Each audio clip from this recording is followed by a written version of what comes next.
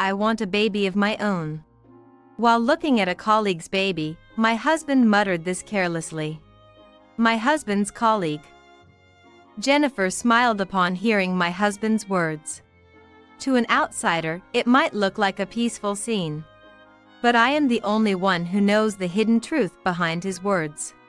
What? A baby of yours, Dot. The moment they heard my words, their faces turned pale instantly. My name is Rachel. I have recently decided to build a new house. It's a custom-built, newly constructed single-family home. Both Bob and I designed our dream house. We went a little crazy while deciding on the house, and the quotation was a little over budget. Bob insisted on building the house at a certain area. I really want it to be in this area. The area my husband chose was quite far from the apartment where we were living. Moreover, it became far from both of our workplaces. Why there? How about this area? It seems like a good place. No, it has to be here. My husband was stubborn, and eventually, I gave in, and the location was decided. The construction went smoothly, and we were able to complete the move on time. We were excited to be living in our dream house, but one day, I'm home. This is my colleague, Jennifer. We met around the corner. Good evening, it's very nice to meet you. Your husband has been very helpful at work. My husband suddenly brought home a female colleague, Jennifer. She came into the house with a big smile. It's very nice to meet you too. Have you eaten? Would you like to have dinner with us? Oh, that's too much trouble for you. Do you really mean it, Dot? Of course, it's no trouble. Come and join us, Dot. Afterwards, Jennifer freely enjoyed my cooking, even indulging in some alcohol and leaving our house slightly tipsy. It's a coincidence, but it turns out her parents' house is in this neighborhood. Oh, really? Bob, let me know in advance if you're bringing someone home next time. Come on, it's fine. Neighborly relations are important, right? I sighed heavily, he just doesn't get it. According to what my husband told me, Jennifer is his colleague of the same age and they're the closest at work. Jennifer once made a mistake, and my husband covered for her. And since then she's been fond of him. I half listened to the story.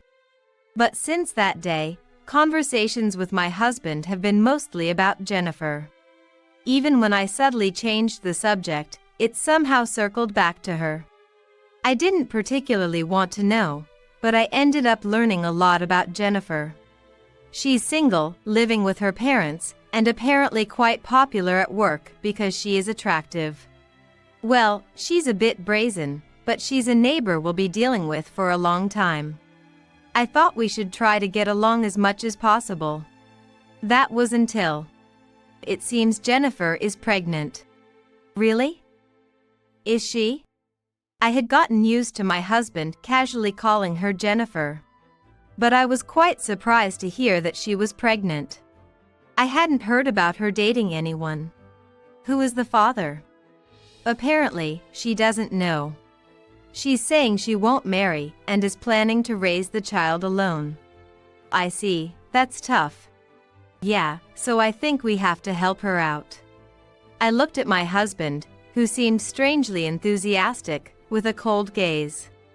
Jennifer lives at her parents' home, and there's no need for my husband, just a colleague and neighbor, to butt in. It seems like my husband considers Jennifer almost like family. I wish he would pay a bit more attention to his own family. We've bought a house and I want to have children soon, but he never brings up the topic. Whenever I subtly suggest it, he changes the subject. Does he care more about someone else's baby than his own family? Holding this frustration towards my husband, I was shopping at the supermarket one day when... Hi Rachel. Hello Mary. Long time no see, Dot. I ran into Jennifer's mother at the supermarket. Jennifer visited our house so often that Mary once came to apologize to me. I keep telling her not to barge into other people's homes uninvited. Mary apologized deeply, and since then, we would chat whenever we met outside. I heard the news. Jennifer is pregnant. Congratulations. Thank you. Mary smiled, but she seemed somewhat distressed. What's wrong? When I asked, she sighed softly and shared with me. I'm happy about the grandchild, but she's fully expecting us to take care of the baby. She won't listen when we suggest daycare. We're not young anymore, and it's tough to look after a baby all day. Is that so? Moreover, she won't tell us who the father is, and says she'll live with us indefinitely without marrying. Frankly, I can't just be happy about the situation. It seems Jennifer is completely relying on her parents, who are quite fed up with it. She's an adult. I wish she'd live without depending on us. Mary said this with a tired expression. A few days later, while out on a workday, I spotted a familiar figure on the opposite side of the street. Jennifer? Jennifer, now visibly pregnant, was entering a baby clothing store with someone. I didn't call out to her, but watched casually. The scene that unfolded before my eyes made me, oh dear. Muttering to myself, I let out a wry smile. Several months later, she's given birth.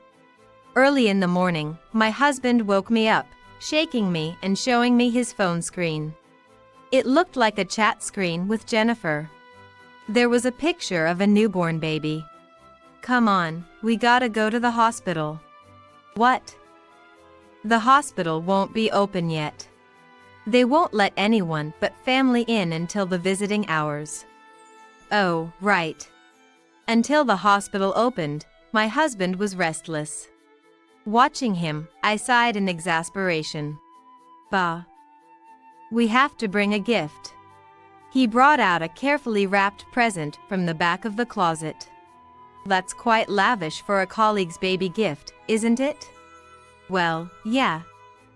Jennifer is like a sister to me. I'm truly as happy as if it were my own. Few hours later, we drove to the hospital. Jennifer. Congratulations. Bob. You came all the way. And you too, Rachel, thank you. No problem. Congratulations. You must be tired. How are you feeling? I'm doing okay. Jennifer seemed a bit tired but smiled at our visit. Would you like to meet the baby? Is it okay? Yes, of course. So, the three of us headed to the newborn nursery. That baby is? My husband gazed at Jennifer's child through the glass, his eyes appearing slightly moist. Babies really are wonderful. Bob, why don't you have your own child? Yeah, I want my own child too. Hearing this, Jennifer smiled broadly. Bob also smiled happily. To an outsider, it might look like a peaceful scene. But I am the only one who knows the hidden truth behind this scene. Oh, what are you saying, Bob? The child is right in front of you. Bae? Bob turned around with a puzzled look, and I pointed at Jennifer's child with a smile. That child. That's your child, isn't it? What? As the two of them stood dumbfounded, I pulled out something from my bag and declared, "This is the investigation result from the detective agency. I know about your affair." The moment they understood my words, their faces turned pale. Ha, ha. What are you talking about, Rachel? That's right. That child isn't Bob's. Oh? Should we do a DNA test on the child then? I confronted them with evidence photos.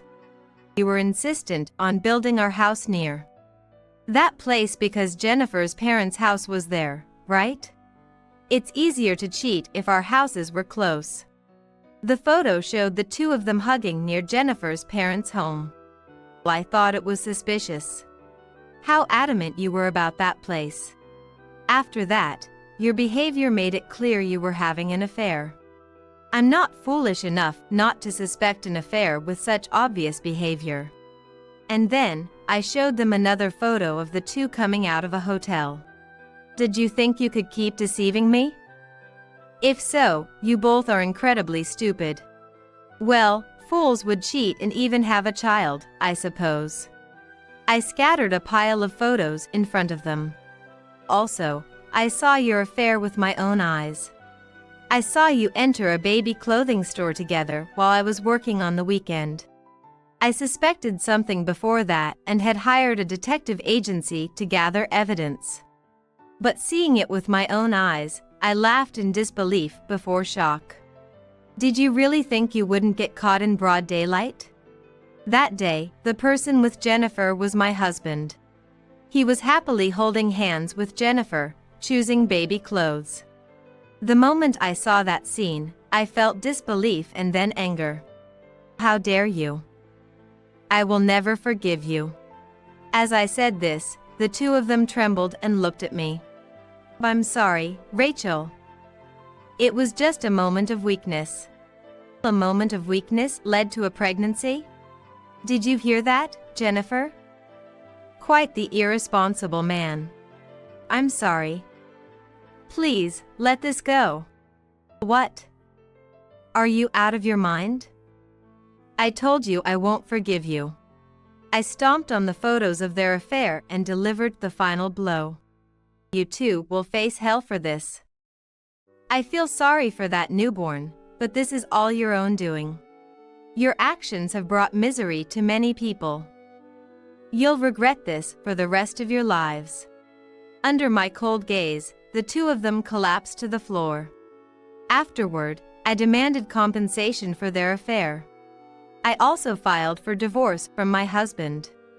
Jennifer's parents, upon learning of this, came to me and apologized on their knees. We'll take the grandchild. We're going to cut ties with Jennifer. I understand. It will be tough, but please do your best. I couldn't forgive Jennifer for the affair, but I had no intention of punishing her child or her parents. Jennifer's family would probably be ostracized in the neighborhood. I couldn't help them, but I hoped they would overcome this. My husband resisted the divorce but eventually signed the papers after discussions with the lawyers. Then I moved out of once was our newly built dream house. This house was mortgaged based on my income. Our earnings were about the same, and without me, the payments would be difficult for him. With the compensation he owed me, my husband quickly became impoverished. He had to sell the house and now lives in a dirty, 40-year-old apartment. My in-laws were furious and declared they would sever ties with him. Furthermore, people in our former neighborhood, who were connected to my husband's company, heard about the incident. Jennifer rushed back to work to pay the compensation to me. But she eventually had to quit as she lost her place there. Rumor has it she's making a living in some dubious nightlife business. My husband is still working, but it seems only a matter of time before he submits his resignation. I assumed he would marry Jennifer after our divorce, but they didn't end up together. Well, even if they did, it would just increase their debts and they'd be looked down upon even more. After the divorce, I've been enjoying my single life. I'm not in a hurry to remarry, but if a good opportunity comes, I might consider it. Next time, I hope to marry a faithful man who definitely won't cheat.